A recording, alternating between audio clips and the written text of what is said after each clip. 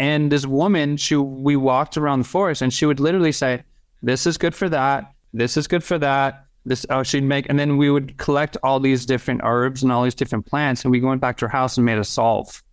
So now we're making a salve with stuff that we've gathered from the forest. We're putting in our body. And so each time you put it on your body, you're like, oh yeah, I remember that. Oh, this is, mulleine's good for this and coffee's good for this.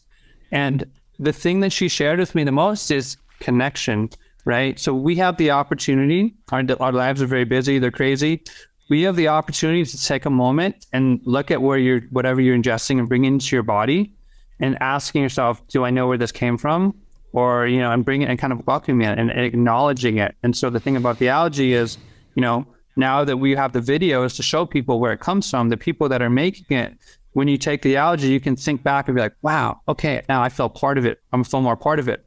Or when you salute the sun with it, you're like absorbing the light's absorbing into the algae, just like, in this natural environment. So